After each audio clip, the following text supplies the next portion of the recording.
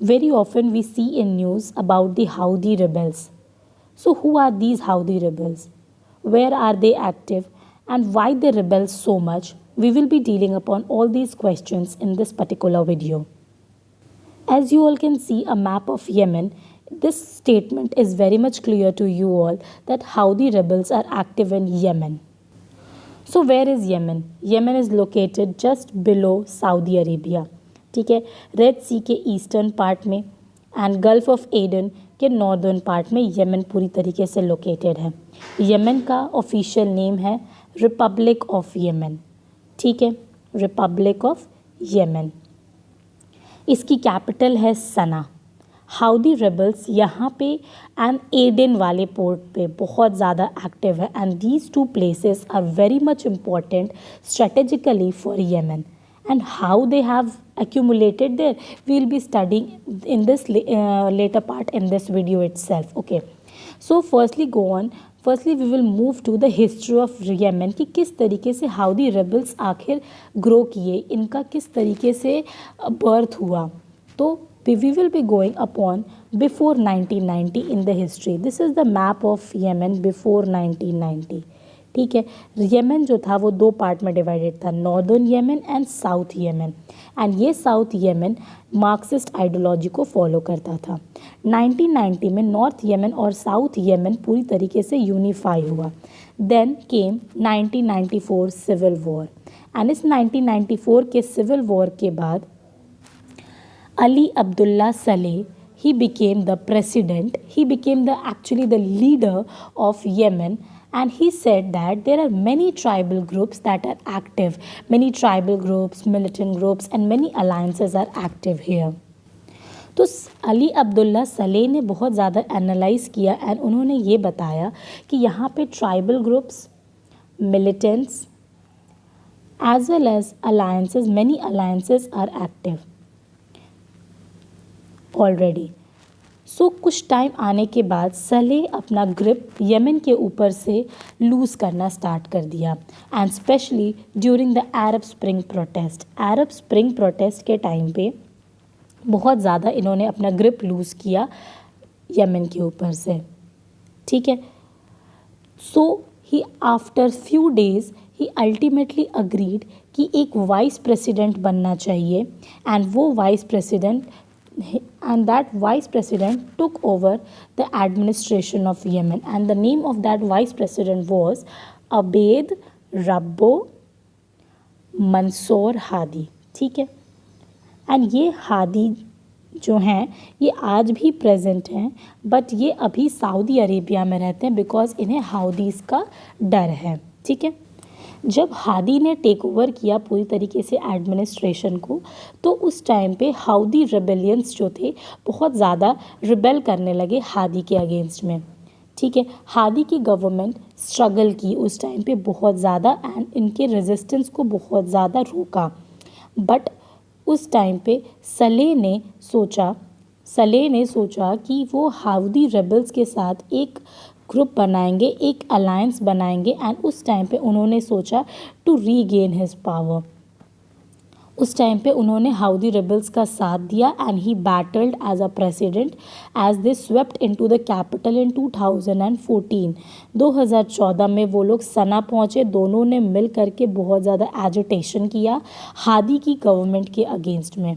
ठीक है, but after few days Saleh ultimately switched sides again to Hadi government, but when they switched the sides Houthi rebels killed him in 2017. So 2017 में Ali Abdullah Saleh की death हो गई because he switched the sides and Houthi rebellions ने इनको मार दिया.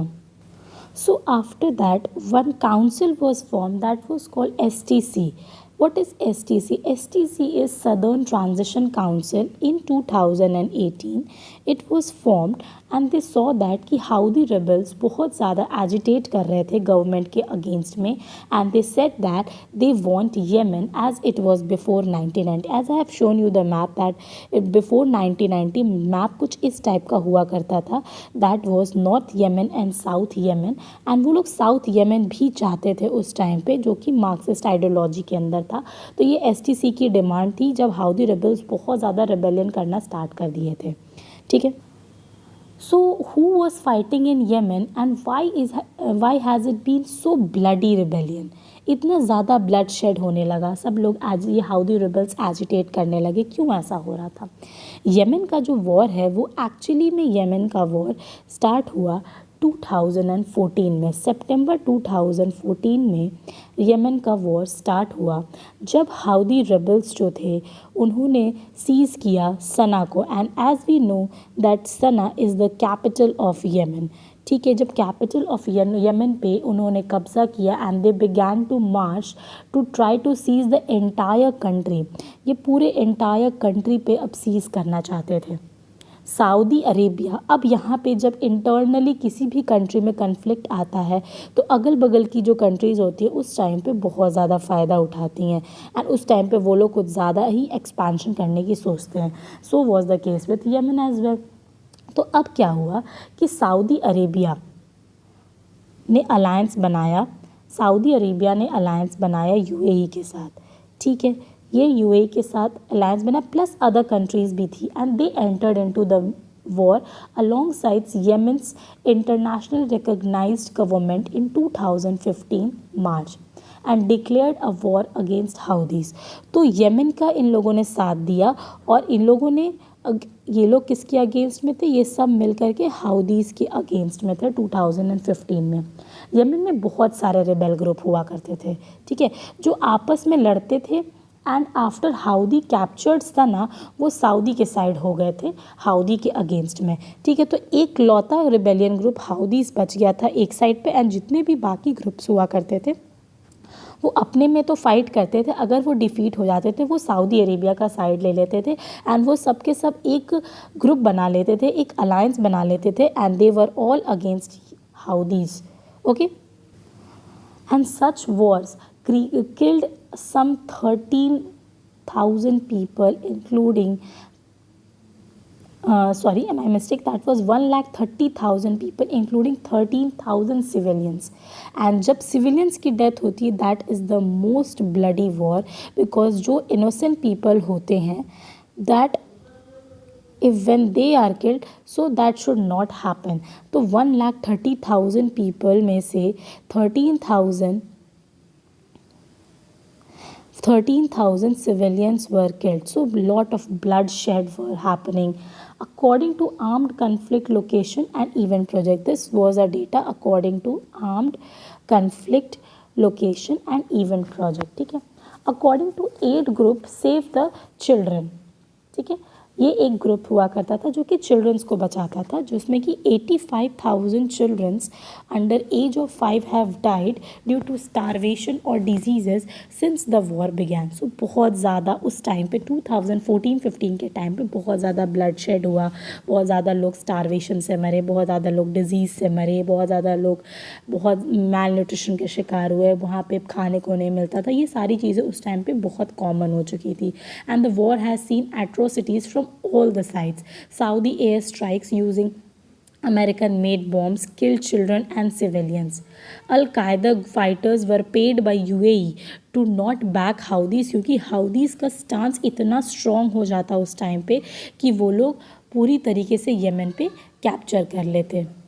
सो let me tell you one more thing that कि Iran एक शिया कम्युनिटी का कंट्री है। ईरान में शिया रहते हैं, ठीक है, ईरान में शिया मुस्लिम्स रहते हैं and Saudi Arabia plus UAE इन सब जगह पे सुन्नी मुस्लिम्स रहते हैं। तो ये भी एक बाद में आप देखोगे कि किस तरीके से किस ग्रुप ने किसका साथ दिया एंड ये अब लड़ाई शिया वर्सेस सुन्नी का हो गया था। And Houthi rebels of Yemen was also Shia group. Houthi जो रेबल्स थे वो भी शिया ग्रुप को ही बिलोंग करते थे। तो बाद में आप देखोगे कि ईरान ने हाउदी को बैक किया एंड सऊदी अरेबिया यूएई ने यमन के का साथ दिए, वहाँ पे सुन्नी पॉपुलेशन के लोग हुआ करते थे। So one thing we have a question in our mind कि why Yemen is at the war, why is Yemen at war, क्यों यमन का वॉर चल रहा था? Iran, seeing the opportunity to aid war of attrition against the rival Saudi Arabia, has backed Houthis. क्योंकि Saudi Arabia and Iran का तो already एक war चलता ही है, एंड ईरान एक शिया कम्युनिटी का ग्रुप था, एंड उन्होंने देखा कि सऊदी जो थे वो येमेन को सपोर्ट कर रहे हैं, इसलिए इन लोगों ने स्टार्ट कर दिया हाउदीज़ को सपोर्ट करना। एंड आप ये चीज़ बहुत अच्छे से नोटिस कर पाओगे कि जितना पर्टिकुलरली येमेन के अंदर में रिबेलियन नहीं हो रहा था, उससे ज़्यादा जब कंट्रीज़ ने एक दूसरे का साइड लेना स्टार्ट किया एंड ओपोनेंट्स बनने स्टार्ट हुए, उससे ज़्यादा वॉर होना स्टार्ट हुआ था। Arab countries, the West, UN experts says कि Iran has armed and Houthis with everything from assault rifles to ballistic missiles. Houthis बहुत ज़्यादा डेवलप थे एंड इनके पास हर एक चीज़ें हुआ करती थी, ठीक है। Some time long denied by Tehran despite evidence of the contrary. Saudi Arabia and its Gulf Arab allies जो थे fear the Houthi could grow as powerful as Lebanon's shuttle Hezbollah militant. Lebanon में आप लोगों को बहुत अच्छे से पता होगा कि हज़बुल्ला मिलिटेंट ग्रुप है, तो सऊदी अरेबिया को इस चीज़ का बहुत ज़्यादा डर हुआ करता था कि अगर वो हाउदीज़ जो है वो उनके तरह पावरफुल ना हो जाए। एंड हमें पता है कि हाउदीज़ जो थे वो बहुत ज़्यादा टेक्नोलॉजी वाइज वो बहुत ही प्रॉस्पेरस थे, because they had assault rifles, ballistic missiles and Iran के पास पूरी तरीके से आर्म थे, एंड वो लोग दोनों एक दूसरे को सपोर्ट कर रहे थे पूरी तरीके से। So you all can just see कि जो कंट्रीज़ राइवल कंट्रीज़ हैं उन लोगों ने कितना फ़ायदा उठाया येमेन के इस राइवलरी वॉर में, एंड बिकॉज ऑफ देम यहाँ पे एजिटेशंस और ज़्यादा हुआ, यहाँ पे रिबेलियंस बहुत ज़्यादा हुआ।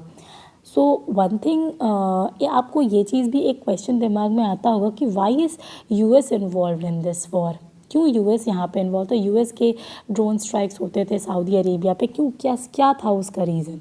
सो वी विल बी सीइंग कि why US is involve in this war, ठीक है। There is another conflict hidden inside Yemen's war that was directly involves US, ठीक है। America has been targeting members of Al Qaeda. आपको बहुत अच्छे से पता होगा कि अलकायदा के ग्रुप ने अमेरिका के ट्विन टावर पे अटैक किया था, एंड इस वजह से अमेरिका बहुत ज़्यादा टारगेट करता था members of al Qaeda in the Arabian peninsula because of the September 11 attacks, ठीक है। 2000 के टाइम पे क्या हुआ था कि Al Qaeda militants attack the US Cole of Yemen's port city of Aden. तो यूएस का वो वॉरशिप था यूएसएस कोल, ठीक है। ये एक वॉरशिप था, यूएस का वॉरशिप था, जिसको कि अलकायदा वालों ने पूरी तरीके से डैमेज कर दिया था in the city of Aden.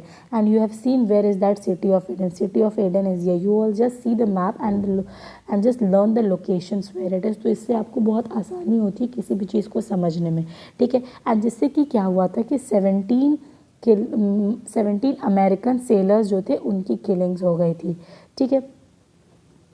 तो हम लोगों ने देखा कि यूएस फोर्सेस हैड बीन उस वजह से यूएस फोर्सेस जो थी that had been operating in Yemen under Saleh. तो सलेह के अंडर में ये यूएस फोर्सेस जो थी वो पूरी तरीके से येमेन के अंडर में ऑपरेट कर रही थी। बाद में यूएस फोर्सेस ने विड्रॉ कर लिया, एंड वी जस्ट सी कि यूएस का ये चीज़ तो बहुत बड़ा एजेंडा होता है कि अगर कोई ऐसा रिबेलियन बहुत ज़्यादा बढ़ने लगता है तो दे बैक ऑफ। जिस तरीके से उन्होंने अफ़गानिस्तान में जब तालिबान का टेक ओवर हो रहा था यूएस ने बैक ऑफ कर दिया था, उसी तरीके से यहाँ पे भी बाद में यूएस ने बैक ऑफ कर दिया था, ठीक है। अमेरिकन जो स्पेशल फोर्सेस ट्रूप्स थे have developed in the country in the time since including a red early in president Trump's administration. And Trump के एडमिनिस्ट्रेशन के टाइम पे बहुत ज़्यादा ये लोगों ने अपने वहाँ पे ट्रूप्स को बनाए थे, ठीक है। And that killed a navy seal, al Qaeda militants and civilian, ठीक है। यूएस के कोर्ट में इन लोगों ने ट्रूप्स बनाए जिसने किल किसको किया, नेवी सील को किल किया। और ये नेवी सील क्या था, नेवी सील एक अलकायदा मिलिटेंट्स एंड सिविलियन का ग्रुप था, ठीक है। यूएस के कोर्ट में केस फाइल किया सूडान के अगेंस्ट क्योंकि सूडान में के ऑफिशियल्स की वजह से ही एडन में अटैक कर पाए हैं, ठीक है। तो कॉम्पनसेशन मांगा इस वजह से उन लोगों ने, बट ऐसा कॉम्पनसेशन कुछ बहुत ज़्यादा मिला नहीं था, ठीक है। तो हम लोगों ने ये चीज़ देखा कि जो यूएस के ट्रूप्स थे उन्होंने नेवी सील पर अटैक किया, that was al Qaeda militants and civilians. तो यूएस के कोर्ट में फिर केस फाइल किया गया सूडान के अगेंस्ट, क्योंकि सूडान के ऑफिशियल्स की वजह से ही एडन में वो लोग अटैक कर पा रहे थे। तो कॉम्पनसेशन मांगा इस चीज़ के लिए यमन वालों ने। The Obama administration in 2015 initially offered कि यूएस जो है वो टारगेट कर रहा है assistance to Saudi Arabia's command and control that was suppose to minimise civilian casualties in the air strikes, ठीक है। सऊदी अरेबिया के साथ यूएस के संबंध कुछ बहुत ज़्यादा अच्छे नहीं हैं, जिस वजह से ये जो है वो कमांड करना चाह रहा था सऊदी अरेबिया के पास। तो ये एक कॉम्पनसेशन यू कैन से और अग्रीमेंट ही करना चाहता था US, but it didn't work and Obama ultimately cut back on the programme, ठीक है। Under the Trump that assistance continued although his administration later stopped US refuelling operations for Saudi jets. तो इस वजह से क्या हुआ, सऊदी जेट्स को जो यूएस की रीफ्यूलिंग होती थी उसने वो भी बंद करवा दिया, ठीक है।